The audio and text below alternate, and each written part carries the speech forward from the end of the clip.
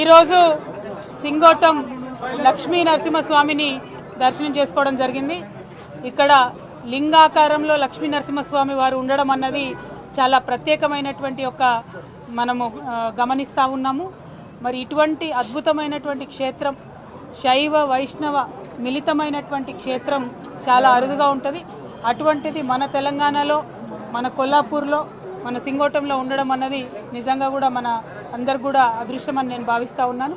మరి స్వామివారి దగ్గరికి చాలా మంది చాలా రాష్ట్రాల నుంచి కూడా దర్శనం చేసుకోవడానికి వస్తారు.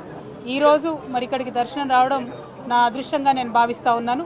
స్థానిక నాయకులు హర్షవర్ధన్ రెడ్డి గారు, గౌరవనీయులు మాజీ శాసనసభ్యులు, అట్లానే ఎమ్మెల్సీ గౌరవనీయులు నవీన్ రెడ్డి గారు, అట్లానే అభిలాష్ గారు, రఘువీర్ రెడ్డి గారు, కిషన్ నాయక్ గారు మార్కెట్ కమిటీ చైర్మన్, పట్టణ గ్రామానికి సంబంధించిన నాయకులు, అట్లానే జాగృతి నాయకులు అందరు కూడా ఉన్నారు. అందరికీ పేరు పేరున హృదయపూర్వకంగా నమస్కారాలు తెలియజేస్తూ, ఇవాళ మరి మహబూబ్ నగర్ జిల్లాలో మనం చూస్తూ ఉన్నాం.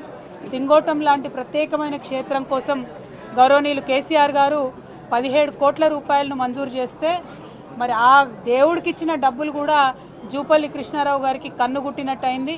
ఆ డబ్బుల్ని కూడా వారు క్యాన్సిల్ చేయడం అన్నది దౌర్భాగ్యం. ప్రభుత్వం అంటే కొనసాగేటట్టుగా ఉండాలి. పార్టీ మారినా ఒక ప్రభుత్వంలో ఇచ్చినటువంటి పథకాలు ఇంకొక ప్రభుత్వంలో కొనసాగాలి. దానివల్ల ప్రజలకు లాభం జరగాలి. కానీ ఏదో ప్రజల మీద కక్ష పట్టినట్టు, సింగోటం దేవుడి మీద కక్ష పట్టినట్టు కేసీఆర్ గారు ఇచ్చినటువంటి 17 కోట్ల రూపాయలను క్యాన్సిల్ చేయడం అన్నది చాలా దారుణం. తక్షణమే ఆ క్యాన్సిల్ చేసినటువంటి డబ్బుల్ని రిలీజ్ చేయాలి. సింగోటం క్షేత్రం అభివృద్ధి కోసం జూపల్లి కృష్ణారావు గారు భేషజాలు మర్చి, పార్టీలు అన్నటువంటి తారతమ్యాలు మర్చి ఈ దైవ క్షేత్రాన్ని అభివృద్ధి చేయవలసిందిగా నేను డిమాండ్ చేస్తూ ఉన్నాను. అదేవిధంగా జూపల్లి కృష్ణారావు గారు మరి ఇక్కడ మొత్తం కొల్లాపూర్ నియోజకవర్గంలో బీఆర్ఎస్ పార్టీ తరఫున నిలబడ్డటువంటి ఏ నాయకుడైనా సరే మరి వారి మీద కక్ష కట్టి, చిన్నదైనా పెద్దోళ్ళైనా ఒక ఫేస్బుక్లో చిన్న పోస్ట్ పెట్టినా, లేకపోతే ఏదైనా నిలబడి ప్రశ్నించినా, ఏది అడిగినా కూడా కేసులు పెట్టి ఇబ్బంది పెడుతున్నటువంటి పరిస్థితి ఉన్నది. ఇక్కడ శ్రీధర్ రెడ్డి అనేటటువంటి మా కార్యకర్తను కూడా దారుణంగా మరి చంపడం కూడా జరిగింది.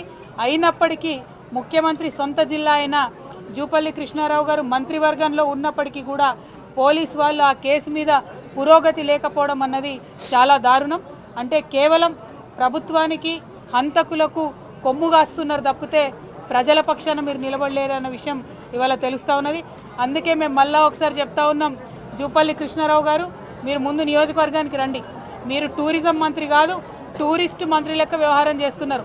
అప్పుడో ఇప్పుడో వచ్చిపోవడు తప్పితే ఎప్పుడు వస్తలేరు నియోజకవర్గానికి. నియోజకవర్గ అభివృద్ధి కోసం మరి ఇప్పుడు ఇది మంచి పంట సమయం, మామిడి పంట వస్తుంది.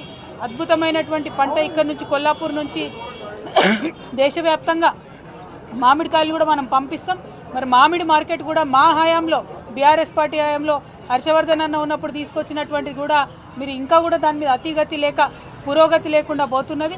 కనీసం మామిడి రైతుల కోసమన్నా ఆలోచన చేయవలసిందిగా జూపల్లి కృష్ణారావు గారు నేను కోరుతా ఉన్నాను. అదేవిధంగా ఒకటి కాదు, రెండు కాదు, ఏ అభివృద్ధి లేదు ఎక్కడ కూడా. ఇప్పుడు ఇక్కడ ఉన్నటువంటి కార్యకర్తల నాయకులు అందరూ చెప్తున్నటువంటి విషయం ఒకటే, పదే పదే బోనస్ బోనస్ బోనస్ అని చెప్పిండ్రు. అది కాస్త బోగస్ అయింది. సన్న వడ్లకు ఎవరికి కూడా బోనస్ రానటువంటి పరిస్థితి. రుణమాఫీ రుణమాఫీ అని ఉదరగొట్టిండ్రు. అది కూడా ఎవరికి వస్తున్నటువంటి పరిస్థితి లేదు. రైతు భరోసా అన్నారు. ఎప్పుడు జనవరి 26 నాటికే, ఇగో ఈ జిల్లా బిడ్డనే ముఖ్యమంత్రి గారు ఏమన్నారు, జనవరి 26 నాడు టకీ టకీ టకీ అని రైతు బంధు పడుతున్నాడు. మరి ఇంతవరకు అయితే పడుతున్న పరిస్థితి లేదు. ఇప్పుడేమో మార్చి 31 వరకు మెల్లమెల్లగా ఇస్తామని చెప్తున్నారు. కనీసం అప్పటికన్నా సంపూర్ణంగా రైతు భరోసా ఇవ్వండి. మీరు రైతులను ఆదుకుంటలేరు, విద్యార్థులను ఆదుకుంటలేరు, ఇతర పార్టీ నాయకులను మరి కక్ష కట్టినట్టుగా వారి మీద అత్యాచారాలకు ఆగడాలకు ఒడిగడుతున్నారు. ఇప్పుడు నేను దారిలో వస్తూ ఉంటే కూడా మన సాతాపూర్ ఊర్లో కూడా ఒక పరమేష్ అనేటటువంటి మా కార్యకర్తను కూడా నిన్న రాత్రి ఇవాళటి మీటింగ్ కోసం ఫ్లెక్సీలు కడుతుంటే దారుణంగా 50 మంది ఒక పిల్లగాని మీద దాడి చేసి దెబ్బలు తీసినటువంటి పరిస్థితి ఉన్నది. మరి ఇదేం రాజ్యం అయ్యా? ఎందుకు ఇట్లాంటి రాజ్యం? ఎందుకంత భయపడుతున్నారు మీరు? ప్రశ్నలకు భయపడితే ఎట్లా? మేము మీకు ఎదురొడ్డి ఉద్యమం చేసి నీతి నిజాయితీతో కొట్లాడి తెలంగాణ తీసుకొని రాలేదా? మీరు కూడా అదే చేయండి. మీరు ప్రభుత్వంలో ఉన్నారు, ప్రజలు మెచ్చే పని చేయండి తప్పితే ప్రతిపక్షాల మీద దాడి చేస్తే మీకేం రాదు.